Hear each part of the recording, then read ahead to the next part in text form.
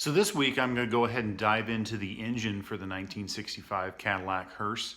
As we've discussed before, it is a 530 cubic inch Cadillac big block.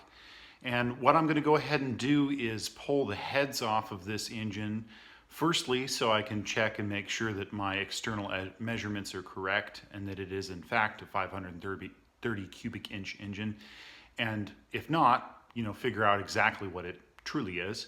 But also knowing what I know about the bottom assembly of this engine, being that it's been offset ground to create a stroker engine, I'm not entirely content with what they did with the headwork, whoever put this motor together. It's utilizing currently stock valve springs and a stock style camshaft, which to me is not acceptable for a high performance engine of this nature. So I'm going to go ahead and pull the heads off of it and we're going to figure out exactly what we've got. But after that, I have a performance set of valve springs that I'm going to install with keepers and seals. And I also have a RV cam that I'm going to be installing in the engine with new lifters. And on back order currently is a set of rocker arm assemblies for this engine, because the factory style rockers on a Cadillac 500 are quite weak to begin with, and they are only held in with a spring retainer. So this new style rocker assembly that I will eventually be putting on when it arrives is a shaft mount rocker assembly with solid rockers. And that's going to be a heck of a lot stronger than what we had to begin with and allow me to build a very performance engine with this 530 cubic inch block we've got going. So let's go ahead and dive into some time lapses of taking apart the engine, and then we'll talk about what I'm going to do once we have it apart.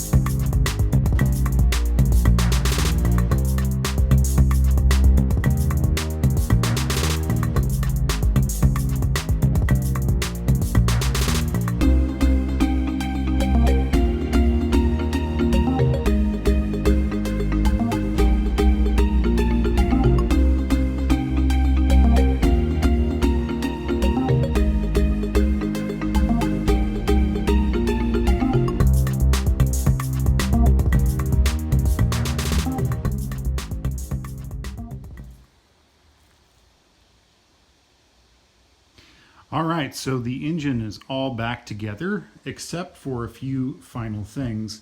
So because of the sheer size of this engine, I've decided that I'm going to do the oil pan, valve covers, and intake manifold installation after the engine goes in the vehicle.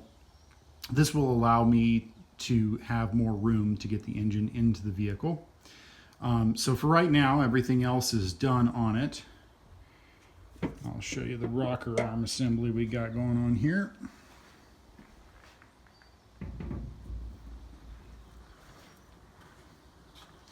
So these are the new rocker assemblies that I was talking about earlier. It's a nice 4 set. So we have 4, 4, 4, 4 on the other side.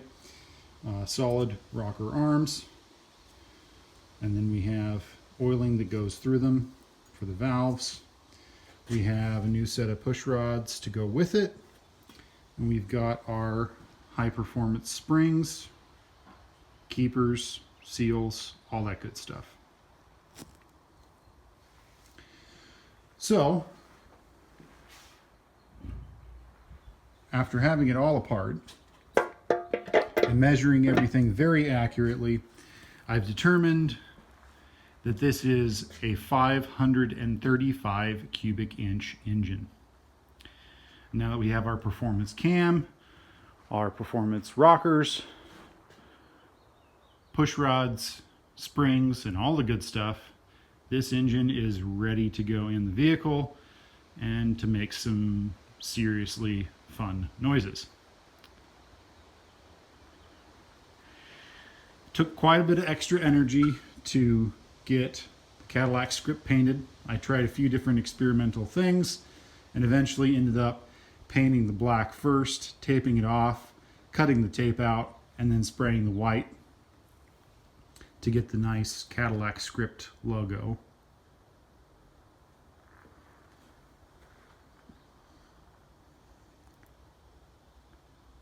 So as you can see, it's all buttoned up except for the rocker covers, the oil pan, and the intake.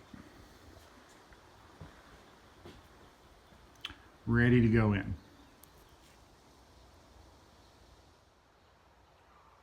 Well, now the engine is all back together again for the 65 Cad Hearse. I've got some final numbers in. I did some measurements while I had it apart, and I am certain now that it is a 535 cubic inch engine, which is a crazy amount of cubic inches, and should be a lot of fun with the new cam and the new rocker assemblies, push rods, head gaskets, on and on and on. All the good performance parts are in it now. So I think that's going to be really great. I'm super excited to put it in the car, but as you can see from behind me, the plan has changed a little bit. So behind me is another 1965 Cadillac Hearse, which affords me an opportunity I never really thought I'd have. Now I have access to really good quarters and really good doors for my white 65 here. So what's going to end up happening is, instead of just dropping this engine in and going, I'm going to go ahead and take the best parts off of the car behind me and combine them with my car so that I can get into a better position to start body work and paint work. And the reason I decided to do this, in addition to finding another car, is that the engine looks really good, and I keep saying I'm going to paint the car. Haven't gotten around to it yet. It's time to paint the car. So that all being said, don't you worry. I would not destroy the car behind me either. It is actually running, albeit a little rough.